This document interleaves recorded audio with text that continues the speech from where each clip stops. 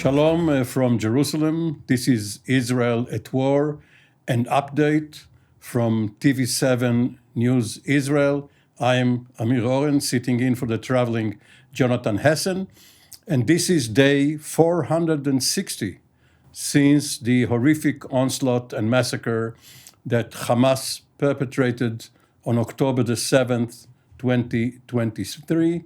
Israel is still involved on several fronts, even though there is a fragile ceasefire on the Lebanese border between Israel and Hezbollah.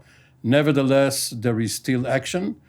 And we are very glad and honored to have with us two distinguished panelists from Central Israel, Colonel in the reserves, Miri Eisen, formerly a senior military intelligence official, as well as an advisor in the Prime Minister's office, and a distinguished scholar on counterterrorism and other topics. Colonel Eisen, welcome. Shalom, shalom to everybody. Great to be here. Thank you.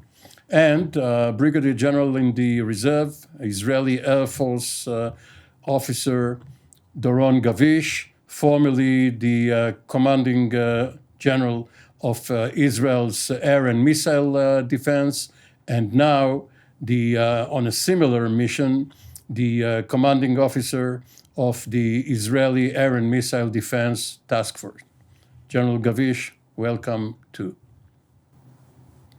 Shalom, Amir, and shalom, Miri, and shalom to our audience. Just to make sure that there are no mistakes, there is only one commander of the Israeli Air and Missile Defense, and this is General Biran, who is serving in the Israeli Air Force. As a reservist, my job is commander of the Israeli Task Force, which is the force that is integrating the CENTCOM ballistic missile defense into the defense of Israel. So now we are on the same sheet of music.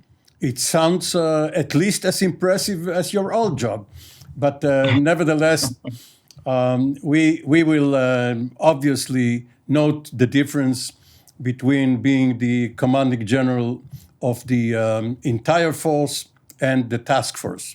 But it's an important task, nevertheless.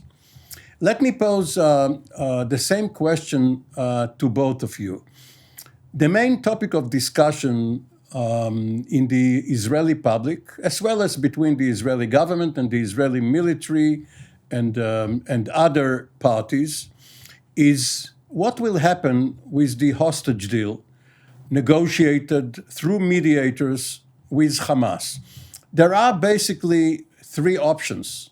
One is to have an all-for-all deal. All of the Israeli hostages, alive and dead, are being released, are back in Israel, in exchange for an Israeli declaration that the war in Gaza is over. The IDF is withdrawing from Gaza, and Palestinian prisoners are being released from Israeli prisons. Many more Palestinians in exchange for a few dozen Israelis. The other option is the so-called partial deal. Only several, maybe 2 dozen, 3 dozen Israelis being released from Hamas captivity, but Israel does not declare that the war is over. There is some respite, a ceasefire, a truce, but there must be a second phase in order for the bigger deal to be completed. And the third option is the status quo. Nothing is happening. All of the hostages are still there, probably in the tunnels. The war drags on. There are still more Israeli casualties in Gaza. Only earlier this week, 3 Israeli officers and men were killed. And this can go on until something breaks. So what, in your view, is the realistic option, and what would you have recommended had you been close to those in the corridors of power? Miri Eisen, please go first. You're asking the most difficult question there is, because what you didn't say in the underlying aspect of the question, Amir, is that none of them are Disney happily ever after. And I want that to be clear to everybody. Even if all 100 would come back and the war would end, those 100, of which many are killed and that we know they're dead, the ones that are alive and come back, this is not a happy situation. To let out tens of thousands, okay, we're talking about thousands of Hamas and Palestinian Jihad and Palestinian prisoners that are in Israeli jails being let out. This is not views that we want to see. So it isn't that the first one is a good ending, the second one is an okay ending, and the third one is a bad. All three are horrific compromises or different approaches to what could be done. That's not the question you asked me. You asked me which would I go on. And my answer is that I look at Hamas. And Hamas is a terror army. They did the attack on October 7th to take these hostages. They did the attack on October 7th to kill, terrorize, and part of the terrorizing is in both taking the hostages, in releasing the psychological warfare films, clips that they put out of Israeli individuals, and especially to try to use this to legitimize themselves, to make as if equal the hostages that they took so brutally and hold so brutally and don't tell us about, to be the same as Palestinian prisoners that were arrested, put on trial, put on jail, and are sitting in Israeli jails. They cannot be on the same level. And so for me, what I would do if it was up to me is I would say, if there is any possibility for the 104 to get them all out, I would say do so. But I don't think Hamas will ever agree to all of the 100. And because I don't think that Hamas will, what I would say is to do the partial, not to stay in the situation where none come back, to do the partial, because I just don't think that Hamas will deliver the 100. And in that case, it's already my looking into it and saying, why would Hamas not deliver the 100? Because Hamas at the end views these as only bargaining chips, not as human beings. They view the hostages as being worthwhile, both dead, not just alive. And as such, I really do fear that they would prefer to give back 100 dead hostages. And I can't imagine that situation. So I would say get back the ones that we know are alive.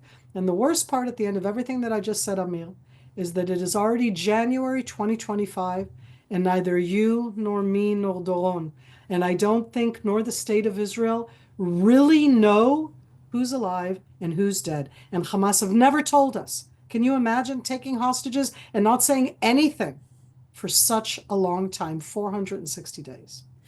Yes, not for such a long time, only a few months, but Hafez Assad, after the Yom Kippur War, when he negotiated with Henry Kissinger territorial compromises on Israel's behalf, he held the list of prisoners of war very close to his chest for every list, not to mention then for returning the wounded and then returning the others. He managed to squeeze concession after concession, and this is the playbook that obviously Hamas has been following too. General Gavish, leadership demands difficult decisions. You're a military leader. You have a view towards the thinking of the Israeli political leadership. What's your response to the question I posed earlier? First of all, I agree with Miri. She said rightly that this is probably the most challenging question to ask those days. And I also agree with the way that she analyzed it. So I won't say I won't go it over again. I would add to it a few points from my point of view. First of all is the time limit. We have to remember that it is not that we are in a position that we have a long time to see, to discuss, and to get to this exact point when all the stars are aligned. The main challenge is that those people who live there, they are under danger. Some of them already died during the time in the tunnels with those Hamas terrorists. We know that the conditions are very hard. We know that they are suffering from hunger. We know that some of them are even being abused. We know that their mentality situation is very hard. So you combine all of those, and we understand that time is a factor. And this is the first thing. The second thing, and this is something that was said by the IDF all along the way, is that the IDF would adapt itself to any decision that would be made by the Israeli cabinet. Any decision we would know how to deal with. If we would have to go out, to go in, to stay in one area and to stay in the other area. Of course, there are all kinds of preferences. We won't discuss it here. But we basically understand what are the main security challenges, and in general, we could say, and this is blocking the Hamas to rearm himself, exactly as we saw in the northern part of Israel with the Hezbollah. So this is, of course, the one thing, and not allowing them to rebuild themselves within the Gaza Strip and to become the ruler once again of the Gaza Strip. So those are the main challenges, of course, that we would have to deal with. So once again, you combine everything together, whatever decision that our leaders would come to, would have to take in consideration from one hand the strategic situation, the goals of the war, and of course the condition of our hostages. And for this, we don't really have time, and we all want to see them back home as far as we can. Is the military presence, General Gavish, military presence of the IDF in Gaza an asset or a burden?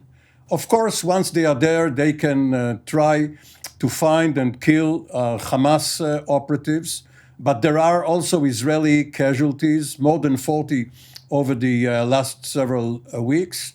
Only in northern Gaza, the reserve soldiers, some of whom have been on active duty for more than 200 days, cannot be released. The army cannot train properly for its next missions.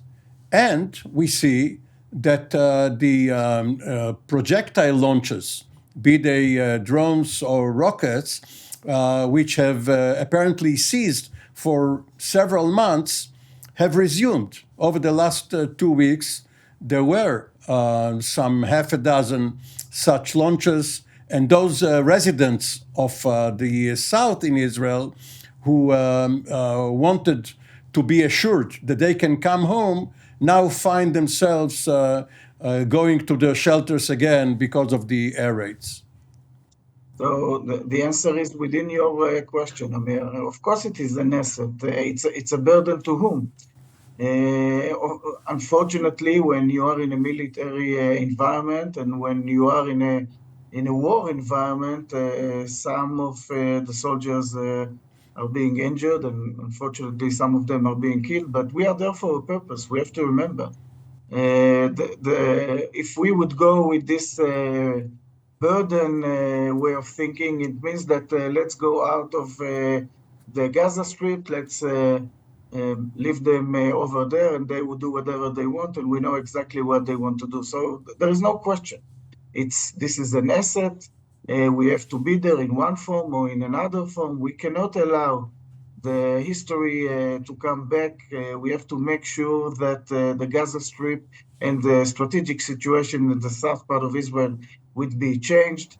Of course, if there would be all kind of agreements that would allow the IDF to withdraw from those areas, not to be active on those areas, that would be nice, but I don't see it's something realistic, unfortunately, in the next few years, probably.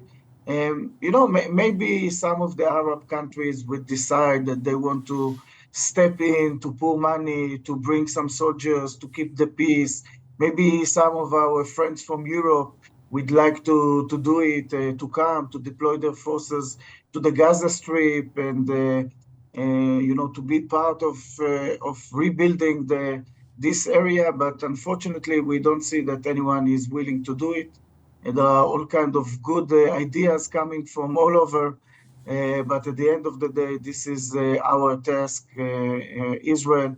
We have to look on our own interest, and so there is no question that being over there, this is an asset, this is a strategic asset, and how exactly to do it, this would be decided according to the way that the political and military situation will evolve.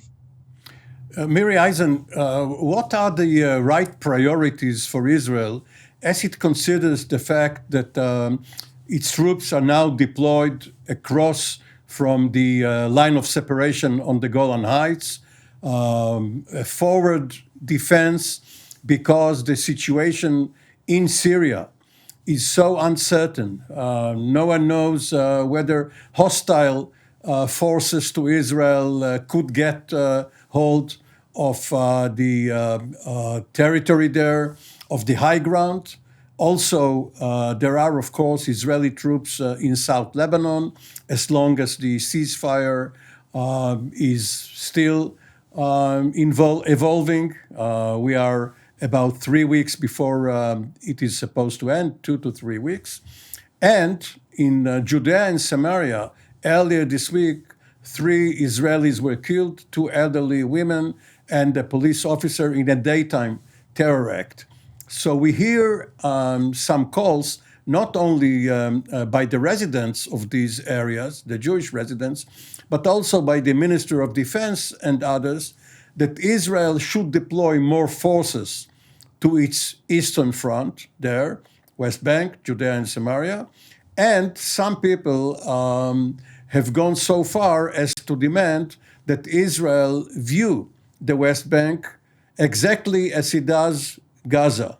And that is, if there is a town, a village, a city where terror emanates from, Israel should attack it the same way it did in Jabalia, Rafah, Khan Yunis. What's your view?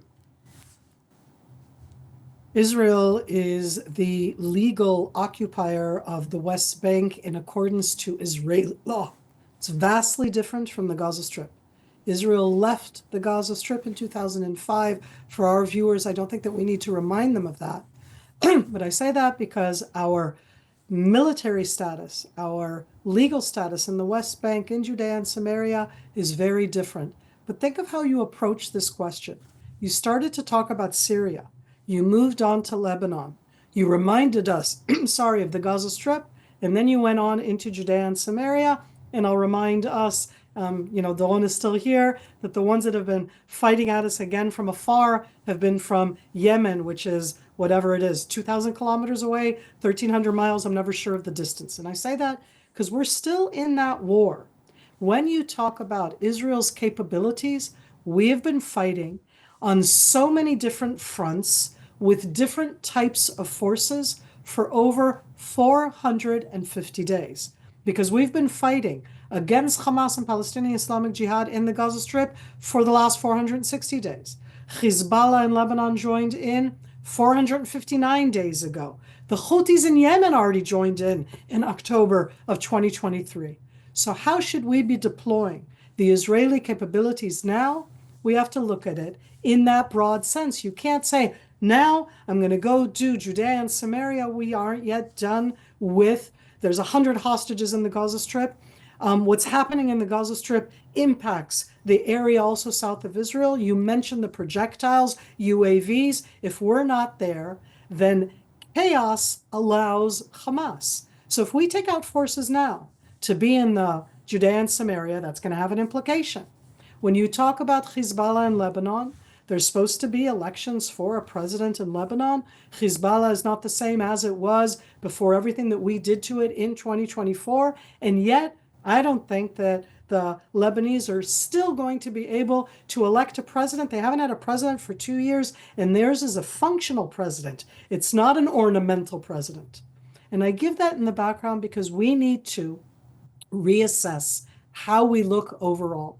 And the deployment of Israeli forces inside Judea and Samaria, where you have around 500,000 Israelis and probably around 2.5 million Palestinians is not the same as what was in the Gaza Strip before October 7th, when there were 0 Israelis and 2.2 million Palestinians who attacked us. And so I don't think that we need to use the same type of forces, the same type of deployment, and look at the threats in the same way. We absolutely need to look at all of them and assess which ones are more challenging and which less. And I'm just going to end by saying that afterwards, every time when we're on this channel, I don't feel the need to say, go look at a map. But every single time we start this daily update, we show a map. Distances here are very small. The distance from the town of Tulkarem, where Israeli forces have been fighting day after day against terror elements that are horrific, the distance from there to the Mediterranean Sea is 10 kilometers. That's only 6 miles. It's ridiculous how close it is. So that when we're talking about these challenges, I said we need to assess them, but this isn't about taking what we did against Hamas on the Gaza Strip and using that in the same way in Judea and Samaria. You know, it's very interesting when you mention this so-called tyranny of distance or tyranny of geography. Americans usually talk about it in a different way when they speak about the Pacific theater and how long it takes for a transport plane or an aircraft carrier to cross long distances. They always say this is why they need bases. This is why in planning they must factor in the amount of time needed to reach from one theater to another. And here, what you are saying is in miniature the tyranny of distance, how close it is, not how far it is. General Gavish, the IDF has announced that the vice commander of CENTCOM, Admiral Brad Cooper, has visited Israel, and along with his counterpart, the vice chief of staff of the IDF, Major General Amir Baram, visited several locations and held discussions, looked at presentations, and agreed on the common picture.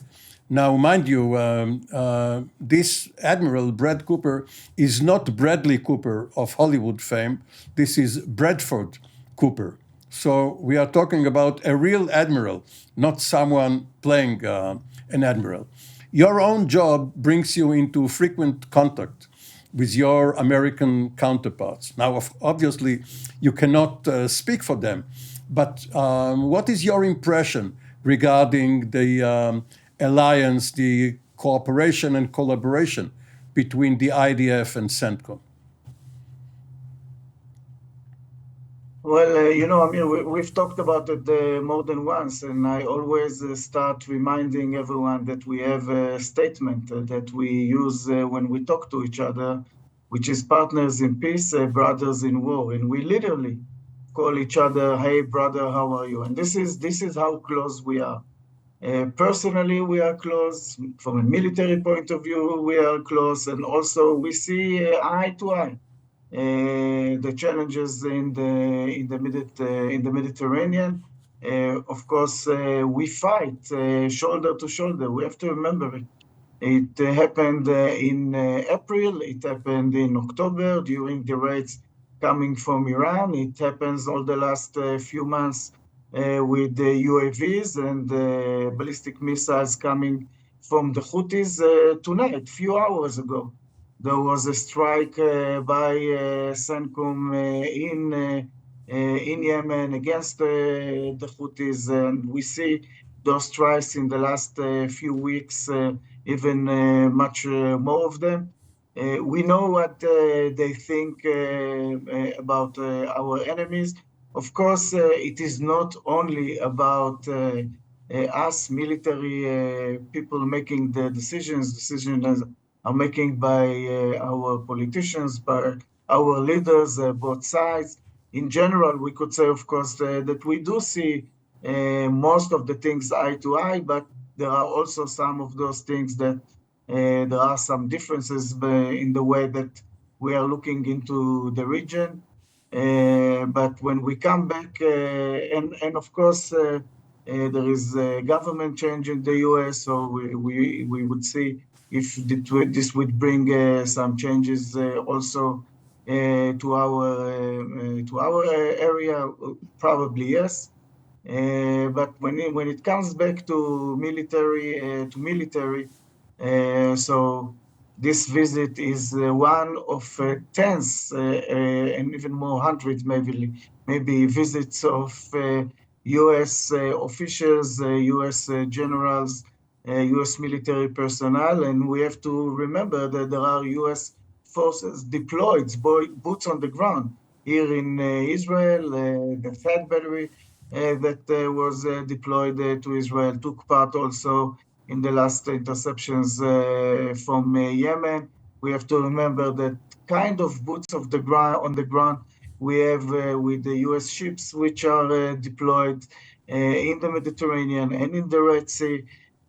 So it is not only talking about if we see things eye to eye. This is really literally fighting shoulder to shoulder against the bad guys, and there is no question among us who are the good guys and who are the bad guys.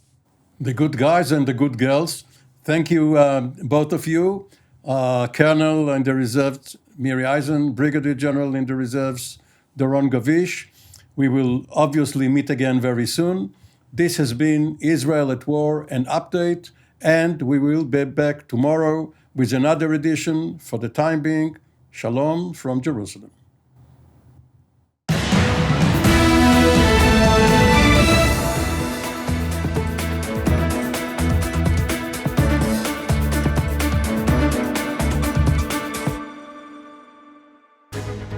My name is Doron Gavish, and my background, 30 years of serving in the Israeli Air Force.